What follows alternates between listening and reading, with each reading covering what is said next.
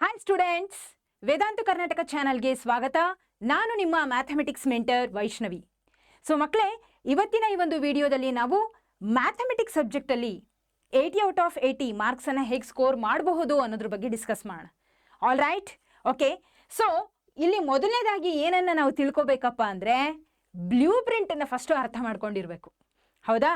So blue print ಯಾಕೆ ಬೇಕಪ್ಪ ಅಂದರೆ, ಈಗ ನೋಡಿ, ನಾವೇನಾದರೂ ಮನೆ ಕಟ್ಟಬೇಕು ಅಂದರೆ ಫಸ್ಟ್ ಏನು ಮಾಡ್ತೀವಿ? ಸ್ಕೆಚ್ ಹಾಕ್ತೀವಿ. ಸೀದಾ ಹೋಗಿ ಮನೆ ಕಟ್ತೀರಾ? ಇಲ್ಲ ತಾನೆ? ಕರೆಕ್ಟ್ ತಾನೆ? ಸ್ಕೆಚ್ ಹಾಕಿ ಆಮೇಲೆ ನಾವು ಮುಂದಿನ ಕೆಲಸ ಮಾಡೋದು. ಒಂದು ಪ್ಲಾನಿಂಗ್ ಅಂತ ಇರಬೇಕಲ್ಲ. So in the same way blue print ನಮಗೆ ಏನನ್ನ ತಿಳಿಸ್ಕೊಡುತ್ತೆ ಅಂದರೆ, ನಮಗೆ ಯಾವ ಯಾವ ಚಾಪ್ಟರ್ಸಿಂದ ಎಷ್ಟೆಷ್ಟು ಮಾರ್ಕ್ಸ್ಗಳನ್ನು, ಎಷ್ಟೆಷ್ಟು ಮಾರ್ಕ್ಸ್ ವೇಟೇಜ್ ಇದೆ ಅನ್ನೋದನ್ನ ತಿಳಿಸ್ಕೊಡುತ್ತೆ. ಅಷ್ಟೇ ಅಲ್ಲದೆ ಯಾವ ರೀತಿ ಪ್ರಶ್ನೆಗಳು, ಎಷ್ಟು ಮಾರ್ಕ್ಸಿನ ಕ್ವೆಶನ್ಗಳು ಪರ್ಟಿಕ್ಯುಲರ್ ಚಾಪ್ಟರಿಂದ ಬರುತ್ತೆ ಅನ್ನೋದನ್ನ ನಾವು ಬ್ಲೂ ಪ್ರಿಂಟ್ ಸಹಾಯದಿಂದ ತಿಳ್ಕೊಬೋದು. ಕರೆಕ್ಟ್ ಅಲ್ವಾ? ಸೊ ನೀವು ಈ ವರ್ಷದ ಒಂದು ಮ್ಯಾಥಮೆಟಿಕ್ಸ್ ಬ್ಲೂ ಪ್ರಿಂಟನ್ನು ನೋಡಿದಾಗ ರಿಲೇಷನ್ಸ್ ಆ್ಯಂಡ್ ಫಂಕ್ಷನ್ಸಲ್ಲಿ ಈ ಒಂದು ಚಾಪ್ಟರಿಂದ 9 ಮಾರ್ಕ್ಸ್ ಸ್ಕೋರ್ ಮಾಡಬಹುದು. ಹೌದಾ? ಸೊ ಇನ್ವರ್ಸ್ ಟ್ರಿಗ್ನೋಮೆಟ್ರಿಕ್ ಫಂಕ್ಷನ್ 6, ಮ್ಯಾಟ್ರಿಕ್ಸಿಂದ 9, ಈ ರೀತಿ ನೀವು ಬ್ಲೂ ಪ್ರಿಂಟನ್ನು ನೋಡಿದಾಗ ಇಲ್ಲಿ ಕಂಟಿನ್ಯೂಟಿ ಆ್ಯಂಡ್ ಡಿಫ್ರೆನ್ಷಿಯಬಿಲಿಟಿಯಿಂದ 17 ಮಾರ್ಕ್ಸ್. ಹೌದಾ? ಸೊ ಹೈಯೆಸ್ಟ್ ವೇಟೇಜ್ ಹೊಂದಿರುವಂಥ ಚಾಪ್ಟರ್ ಅಂದರೆ ಅದು integrals, that is 18 marks. Right? So blue print ನಮಗೆ ಕ್ಲಿಯರ್ ಆಗಿ ತೋರಿಸ್ಕೊಡುತ್ತೆ ಯಾವ ಚಾಪ್ಟರ್ ಹೈ ವೇಟೇಜ್ ಇದೆ, ಯಾವ ಚಾಪ್ಟರಿಂದ ಎಷ್ಟೆಷ್ಟು ಪ್ರಶ್ನೆಗಳು ಬರುತ್ತೆ, ಎಷ್ಟು ಮಾರ್ಕ್ಸಿಗೆ ಬರುತ್ತೆ ಅನ್ನೋದನ್ನ ನಾವು ತಿಳ್ಕೊಳ್ತೀವಿ. ಹೌದಾ? ಸೊ ಮೊದಲು ಬ್ಲೂ ಪ್ರಿಂಟನ್ನು ನೀವು ಥರೋ ಆಗಿ ತಿಳ್ಕೊಂಬಿಡ್ರಿ. All right. ಸೊ ನಿಮ್ಮ ಹತ್ರ ಬ್ಲೂ ಪ್ರಿಂಟ್ ಇಲ್ಲ ಅಂದರೆ ಇಲ್ಲಿ ನೋಡಬಹುದು, ಸ್ಕ್ರೀನ್ಶಾಟ್ ಕೂಡ ತಗೋಬಹುದು. ನಿಮಗೆ ಆಲ್ರೆಡಿ ಅವೈಲೇಬಲ್ ಇದ್ದೇ ಇರುತ್ತೆ.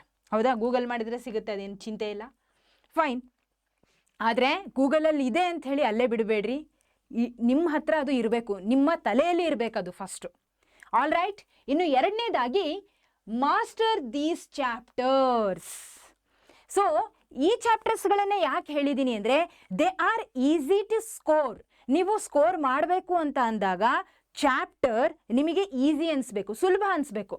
ಅಂಥ ಚಾಪ್ಟರ್ಸಿಂದ ನೀವು ಸ್ಕೋರು ಮಾಡಬಹುದು, ಕಲೀಲಿಕ್ಕೂ ಈಸಿ ಇರಬೇಕು. ಅಂಥ ಚಾಪ್ಟರ್ಸ್ಗಳು ಯಾವುದಪ್ಪ ಅಂದರೆ matrix, determinants, LPP. So LPP ಇಂದ ನಿಮಗೆ ಗೊತ್ತೇ ಇದೆ, ಬರೋದೇ ಒಂದು question, that is 6 mark question. Okay.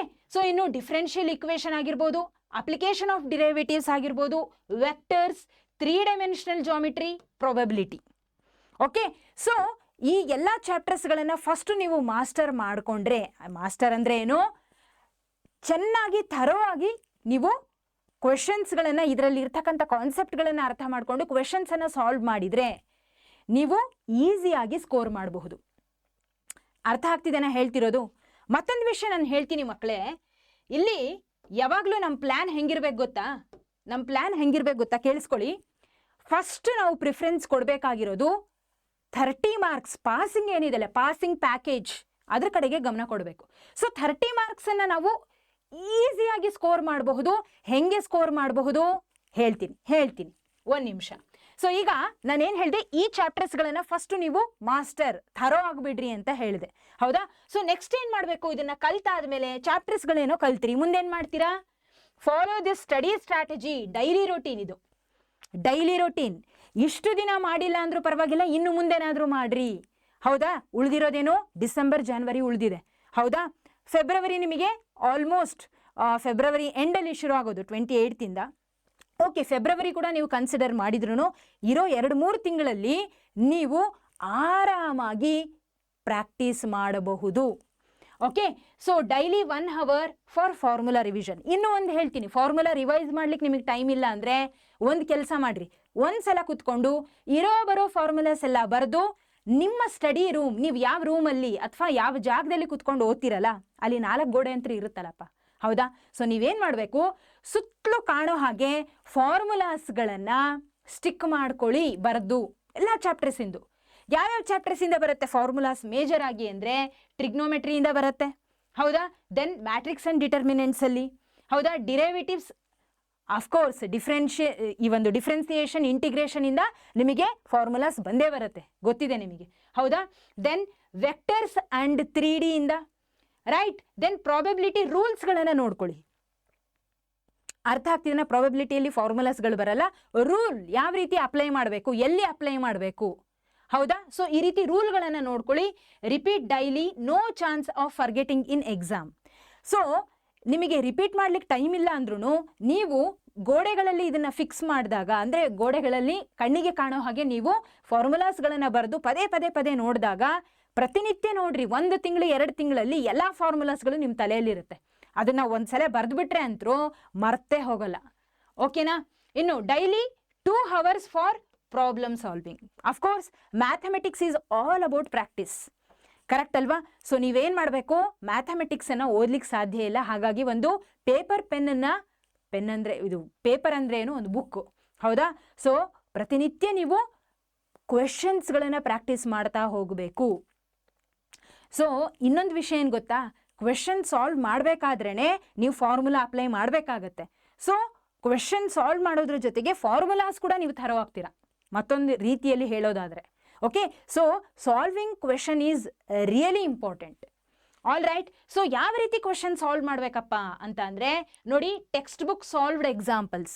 Of course text ಬುಕ್ಕಲ್ಲಿ ಇರ್ತಕ್ಕಂಥ ಚಾಪ್ಟರಲ್ಲಿ ಇರ್ತಕ್ಕಂಥ ಪರ್ಟಿಕ್ಯುಲರ್ ಎಕ್ಸಾಂಪಲ್ಸ್ಗಳನ್ನು ಸಾಲ್ವ್ ಮಾಡಿರಿ. ಅದಾದಮೇಲೆ ಟೆಕ್ಸ್ಟ್ ಬುಕ್ ಎಕ್ಸಸೈಸ್ಗಳನ್ನು ಸಾಲ್ವ್ ಮಾಡಿರಿ. ಮಾಡೆಲ್ ಕ್ವಶನ್ ಪೇಪರ್ಸ್ಗಳನ್ನು ಸಾಲ್ವ್ ಮಾಡಿರಿ. ಪ್ರೀವಿಯಸ್ ಇಯರ್ ಕ್ವಶನ್ ಪೇಪರ್ಸ್ಗಳನ್ನು ಮಾಡಲೇಬೇಕು.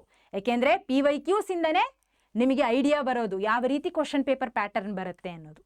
ಹೌದಾ? All right. ಇನ್ನು ಕಡೆಯದಾಗಿ ಏನು ಹೇಳ್ಬೋದು ಅಂದರೆ, ಈ ಪ್ರೀವಿಯಸ್ ಇಯರ್ ಕ್ವಶನ್ ಪೇಪರ್ಗಳನ್ನು ಸಾಲ್ವ್ ಮಾಡಿದಾಗ ನಿಮಗೆ ಏನು ಅರ್ಥ ಆಗುತ್ತೆ ಅಂದರೆ, 50 to 60% ಕ್ವೆಶನ್ಸ್ಗಳು ರಿಪೀಟೆಡ್ ಆಗಿರುತ್ತೆ ಡೈರೆಕ್ಟ್ಲಿ. ಹೌದಾ? ಪ್ರೂವಿಂಗ್ ಕ್ವೆಶನ್ಸ್ ಆಗಿರಬಹುದು, ಥೇರಮ್ಸ್ ಆಗಿರ್ಬೋದು, ಫಿಕ್ಸ್ ಕ್ವೆಶನ್ಸ್ ಇರ್ತಾವಲ್ಲ, ಅವೆಲ್ಲ ಡೈರೆಕ್ಟ್ ಆಗಿ ಬರುತ್ತೆ. ಪ್ರೀವಿಯಸ್ ಇಯರ್ ಕ್ವೆಶನ್ಸ್ಗಳು ರಿಪೀಟ್ ಆಗಿ ಬರ್ತಾನೆ ಇರುತ್ತೆ. ಇನ್ನು ರಿಮೈನಿಂಗ್ 40% ಏನಪ್ಪ ಅಂದರೆ, ಸೇಮ್ ಮಾಡೆಲ್ ಇರುತ್ತೆ, ಸೇಮ್ ಪ್ಯಾಟರ್ನ್ ಇರುತ್ತೆ, ವ್ಯಾಲ್ಯೂಸ್ ಒಂದೇ ಚೇಂಜ್ ಮಾಡಿರ್ತಾರೆ. ಕರೆಕ್ಟ್ ಅಲ್ವಾ? Are you getting this? ಅಂದರೆ ಟೆಕ್ಸ್ಟ್ ಬುಕ್ಕಲ್ಲಿ ಇರ್ತಕ್ಕಂಥ ಕ್ವೆಶನ್ಸೇ, ಬಟ್ ಹೋದ ಸಲ ಕೊಟ್ಟಿದ್ದ ವ್ಯಾಲ್ಯೂ ಈ ಸಲ ಕೊಟ್ಟಿದ್ದ ವ್ಯಾಲ್ಯೂ ಡಿಫ್ರೆಂಟ್ ಇರುತ್ತೆ, same model. I believe you are getting this. ಅದೇ ಪ್ರೂವಿಂಗ್, ಈಗ ನೋಡ್ರಿ, ಬೇಸ್ ಥೇರಮ್ ಅಂದರೆ ಬೇಸ್ ಥೇರಮ್ಮೇ, ಅದು ಪ್ರತಿ ಸಲನೂ ಬೇಸ್ ಥೇರಮ್ ಅಂತಾನೆ ಕೊಡ್ತಾರೆ, ವ್ಯಾಲ್ಯೂ ಚೇಂಜ್ ಮಾಡ್ಲಿಕ್ಕೆ ಬರಲ್ಲ. ಹೌದಾ? ಸೊ ಆ ರೀತಿ ಕೆಲವೊಂದು ವ್ಯಾಲ್ಯೂಸ್ಗಳನ್ನು ಚೇಂಜ್ ಮಾಡಿ ಕೊಡ್ತಕ್ಕಂಥ ಕ್ವೆಶನ್ಸ್ ಇರ್ತವೆ, ಕೆಲವೊಂದು ಚೇಂಜ್ ಮಾಡಲಿಕ್ಕೆ ಸಾಧ್ಯ ಇಲ್ಲ, ಡೈರೆಕ್ಟ್ ಆಗಿ ರಿಪೀಟ್ ಆಗ್ತಾ ಹೋಗುತ್ತೆ. ಓಕೆ, ಸೊ ಅಂಥ ಕ್ವೆಶನ್ಸ್ಗಳನ್ನು ನೀವು PYQs ಇಂದ ಅರ್ಥ ಮಾಡ್ಕೊಳ್ತೀರ, ಯಾವುದು ಅತಿ ಹೆಚ್ಚು ರಿಪೀಟ್ ಆಗಿದೆ, ಯಾವುದು ಮೋಸ್ಟ್ ಎಕ್ಸ್ಪೆಕ್ಟೆಡ್ ಅನ್ನೋದು ನಿಮಗೆ ಗೊತ್ತಾಗುತ್ತೆ. Okay, if you solve 5 year paper, 5 ವರ್ಷಗಳ ಪೇಪರನ್ನು ನೀವು ಸಾಲ್ವ್ ಮಾಡಿದ್ರಿ ಅಂತಾದರೆ ಖಂಡಿತ ನೀವು ಒಳ್ಳೆ ಸ್ಕೋರ್ ಆರಾಮಾಗಿ ಮಾಡ್ಬೋದು. ಈಗ ಒಂದು ಮೇಜರ್ ಆಗಿರ್ತಕ್ಕಂಥ ಒಂದು ಪಾಯಿಂಟನ್ನು ನಾನು ಹೇಳ್ತೀನಿ, ಅದೇನಪ್ಪ ಅಂದರೆ ನೋಡಿ, ಯಾವಾಗಲೂ ಕೂಡ ನಾವು ಪಾಸಿಂಗ್ ಪ್ಯಾಕೇಜ್ ಕಡೆಗೆ ಮೊದಲು ಗಮನ ಕೊಡಬೇಕು. ಏನೇನೂ ಓದಿಲ್ಲ ಅಂದರೆ ನೀವು ಎಲ್ಲಿಂದ ಶುರು ಮಾಡಿರಿ ಅಂದರೆ 30 ಮಾರ್ಕ್ಸಿಗೆ ಫಸ್ಟು ಫೋಕಸ್ ಮಾಡಿರಿ. ಇವಾಗಲೇ ನೀವೇನು ಮಾಡಬೇಕು ಅಂದರೆ ಫಸ್ಟು 30 ಮಾರ್ಕ್ಸಿಗೆ ಫೋಕಸ್ ಮಾಡಬೇಕು. ಹೆಂಗೆ ಫೋಕಸ್ ಮಾಡ್ತೀರಾ?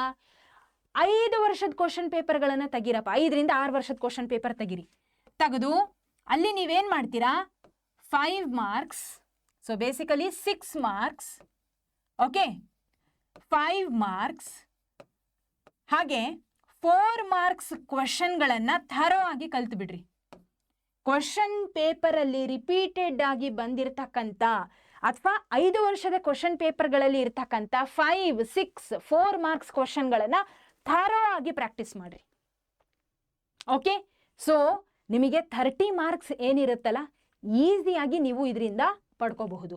ಫಸ್ಟು ನಾವೇನು ಮಾಡಬೇಕು, ನಮ್ಮ ಸೇಫ್ಟಿಯನ್ನು ನೋಡ್ಕೋಬೇಕು. ಅದಕ್ಕೆ ಏನು ಮಾಡ್ತೀರಾ, ಪಾಸ್ ಆಗಲಿಕ್ಕೆ ಏನು ಬೇಕೋ ಅದನ್ನು ಮಾಡ್ಕೊಂಡ್ಬಿಡ್ತೀರಾ, ಅದನ್ನು ಥರೋ ಆಗ್ತೀರಾ. ಸೊ ಪಾಸ್ ಆಗಲಿಕ್ಕೆ 30 marks ಬೇಕೇ ಬೇಕು. ಹಾಗಾಗಿ 5, 4 ಹಾಗೆ 6 mark ಕ್ವೆಶನ್ಗಳನ್ನು ನೀವು ಫಸ್ಟು ಥರೋ ಆಗಿ ಕಲಿತೀರಾ. ನೆಕ್ಸ್ಟು ಇದು ನೀವು ಪೂರ್ತಿ ಪ್ರಾಕ್ಟೀಸ್ ಮಾಡಿದ್ದೀರಾ ಅಂದಮೇಲೆ ನೆಕ್ಸ್ಟ್ ಯಾವುದ್ರ ಕಡೆಗೆ ಹೆಜ್ಜೆ ಹಾಕಬೇಕು ಅಂದರೆ, you should go for 18 marks. 18 marks ಹೇಗೆ ಬರುತ್ತೆ ಅಂದರೆ, ಎಲ್ಲ 3 marks ಕ್ವಶನ್ಗಳನ್ನು ನೀವು ಸಾಲ್ವ್ ಮಾಡಿದಾಗ 3 marks ಕ್ವಶನ್, ಈ ಸ್ಟೆಪ್ ಮುಗೀತಾ, ಇಲ್ಲಿಗೆ ಬರ್ರಿ. 18 marksನ್ನು ನೀವು ಸ್ಕೋರ್ ಮಾಡಬಹುದು ಅಂದರೆ ಎಲ್ಲ 3 marks ಕ್ವಶನ್ಗಳನ್ನು ಸಾಲ್ವ್ ಮಾಡ್ತಾ ಬನ್ನಿ. ಇವಾಗ ಏನಾಗುತ್ತೆ, 30 + 18 ಎಷ್ಟು, 48 marks ನಿಮ್ಮ ಕೈಯಲ್ಲಿ, ಅಂದರೆ ಹೆಚ್ಚು ಕಡಿಮೆ 50 marks ನಿಮ್ಮ ಹತ್ರ ಇದ್ದ ಹಾಗೆ. ಇದು ಮುಗೀತಾ, 2ನೇ ಸ್ಟೆಪ್ ಮುಗೀತಾ. ನೆಕ್ಸ್ಟು 12 marks ಕಡೆಗೆ ಗಮನ ಕೊಡ್ರಿ. ಸೊ 12 marks ನಿಮಗೆ ಹೇಗೆ ಬರುತ್ತೆ, 2 marks ಕ್ವೆಶನ್ಗಳನ್ನು ಸಾಲ್ವ್ ಮಾಡ್ತಾ ಹೋದಂಗೆಲ್ಲ ಬರುತ್ತೆ. ಇದೇ ರೀತಿ ಮಾಡ್ರಿ, ನೀವು ಇದೇ ರೀತಿ ಮಾಡ್ರಿ. ಫಸ್ಟ್ ಏನು ಮಾಡ್ತೀರಾ, ಒಂದು ತಿಂಗಳು ಕಂಪ್ಲೀಟ್ ಆಗಿ 6, 5, 4 ಮಾರ್ಕ್ಸ್ ಕ್ವಶನ್ಗಳನ್ನು ಕಲಿತೀರಾ, ಜೊತೆಗೆ ರಿವೈಸ್ ಕೂಡ ಮಾಡ್ತೀರಾ. Remember this, revision is really important. ಓದಿದ್ದನ್ನ ಮನನ ಮಾಡೋದು ತುಂಬಾನೇ ಮುಖ್ಯ. ಆವಾಗ ಮಾತ್ರ ಅದು ನಮ್ಮ ತಲೆಯಲ್ಲಿ ಉಳಿಯುತ್ತೆ, ಇಲ್ಲಾಂದ್ರೆ ಮರ್ತು ಹೋಗೋ ಚಾನ್ಸಸ್ಸೇ ಇರುತ್ತೆ. ಅರ್ಥ ಆಗ್ತಿದೆ ಅಲ್ಲ? ಸೊ ನಿಮಗೆ ರಿವೈಸ್ ಮಾಡಬೇಕು ಅಂದರೆ ಟೆಕ್ಸ್ಟ್ ಬುಕ್ಕು, ಕೈಯಲ್ಲಿ ಪೆನ್ನು, ಬುಕ್ಕು ಬೇಕೇ ಬೇಕು ಅಂತ ಇಲ್ಲ. ಹಾಗೆ ರಿವೈಸ್ ಮಾಡ್ಬೋದು. ಯಾವ ರೀತಿ ಪ್ರಶ್ನೆಗಳಿತ್ತು, ಅದಕ್ಕೆ ಮೆಥಡ್ ಯಾವ ರೀತಿ, ಇದನ್ನು ರಿವೈಸ್ ಮಾಡ್ತಾ ಹೋಗ್ರಿ.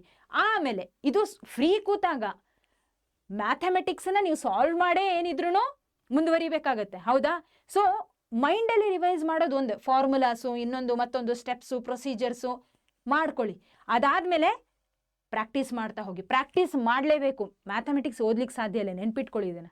ಯಾರಾದರೂ ಓದ್ತಾರೆ ಅಂದರೆ, ಇನ್ನೊಂದೇನು ಗೊತ್ತಾ, ಮ್ಯಾಥಮೆಟಿಕ್ಸಿನ ಕಥೆ ಏನು ಅಂದರೆ, ಚೆನ್ನಾಗಿ ನಮಗೆ ಮರಳು ಮಾಡುತ್ತದು, ಮೋಸನೂ ಮಾಡುತ್ತೆ. ಹೆಂಗೆ ಅಂದರೆ, ನೋಡ್ತಿರ್ಲಿಕ್ಕೆ ಅಬ್ಬಬ್ಬಬ್ಬ ಎಷ್ಟು ಈಸಿ ಇದೆಲ್ಲ ನನಗೆ ಗೊತ್ತಲ್ಲ, ಎಕ್ಸಾಮ್ನಲ್ಲಿ ಮಾಡ್ತೀನಿ ಬಿಡು ಅಂತ ಹೋದ್ರಿ ಅಂದರೆ ಎಕ್ಸಾಮ್ನಾಗೆ ಫಸ್ಟ್ ಸ್ಟೆಪ್ ಕೂಡ ನಿಮಗೆ ನೆನಪಾಗಲ್ಲ. ಓಕೆ, ಅದು ಮ್ಯಾಥಮೆಟಿಕ್ಸಿಂದು ಒಂದು ಪ್ರಭಾವ, ಮೆಜಿಷಿಯನ್ ಇದ್ದಂಗೆ ಅದು. ಸೊ ಹಾಗಾಗಿ ನೀವು ಬುಕ್, ಪೆನ್ನಿಂದನೇ ಅದನ್ನು ಪ್ರಾಕ್ಟೀಸ್ ಮಾಡಬೇಕು. ಆಲ್ ರೈಟ್, ಇನ್ನು ನೆಕ್ಸ್ಟು 30 ಮಾರ್ಕ್ಸ್ ಆಯಿತು, 18 ಮಾರ್ಕ್ಸ್ ಕಡೆಗಾಯಿತು, 12 ಮಾರ್ಕ್ಸಿಂದು ಆಯಿತು. ಫೈನಲಿ 20 ಮಾರ್ಕ್ಸನ್ನು ನೀವು ಸ್ಕೋರ್ ಮಾಡೋದ್ರ ಕಡೆಗೆ ಗಮನ ಕೊಡ್ರಿ. ಅದು ಯಾವುದಪ್ಪ ಅಂದರೆ, by solving MCQ and fill in the blanks. 1 ಮಾರ್ಕಿಂದೆಲ್ಲ. ಅರ್ಥ ಆಗ್ತಿದೆನಾ? ಸೊ ಈ ಸ್ಟೆಪ್ಪನ್ನು ನೀವು ಫಾಲೋ ಮಾಡ್ರಿ. And revision is really important. Revision matters A lot. Revision really matters A lot. Mathematics ಅಷ್ಟೇ ಅಲ್ಲ, ಯಾವುದೇ ಸಬ್ಜೆಕ್ಟಲ್ಲಾದರೂ ಕೂಡ ರಿವಿಷನ್ ತುಂಬ ಇಂಪಾರ್ಟೆಂಟ್. ಅರ್ಥ ಆಯ್ತಾ? ಸೊ ನೀವು ಸ್ಕೋರ್ ಮಾಡಬೇಕು ಅಂದರೆ ಇದೇ ಸ್ಟೆಪ್ಪನ್ನು ನೀವು ಫಾಲೋ ಮಾಡಿರಿ ಅಂತ ನಾನು ಹೇಳ್ತೀನಿ. ಆಲ್ ರೈಟ್, ಸರಿ ಮಕ್ಕಳೇ, ಐ ಬಿಲೀವ್ ನಿಮಗೆ ಈ ಒಂದು ವಿಡಿಯೋದಿಂದ ಖಂಡಿತ ಯಾವ ರೀತಿ ನೀವು ಪ್ರಿಪೇರ್ ಆಗಬೇಕು ಅನ್ನೋವಂಥ ಐಡಿಯಾ ಬಂದಿರುತ್ತೆ ಅಂತ ತಿಳ್ಕೊಂಡಿದ್ದೀನಿ. ಇದು ಹೆಲ್ಪ್ಫುಲ್ ಆಗಿದೆ ಅಂತ ಅಂದ್ಕೊಂಡಿದ್ದೀನಿ. ಮತ್ತೆ ಮುಂದಿನ ವಿಡಿಯೋದಲ್ಲಿ ಸಿಗೋಣ. ಅಲ್ಲಿವರೆಗೂ take care everyone, have A great day. ಮತ್ತೆ ಸಿಗೋಣ. ಧನ್ಯವಾದಗಳು.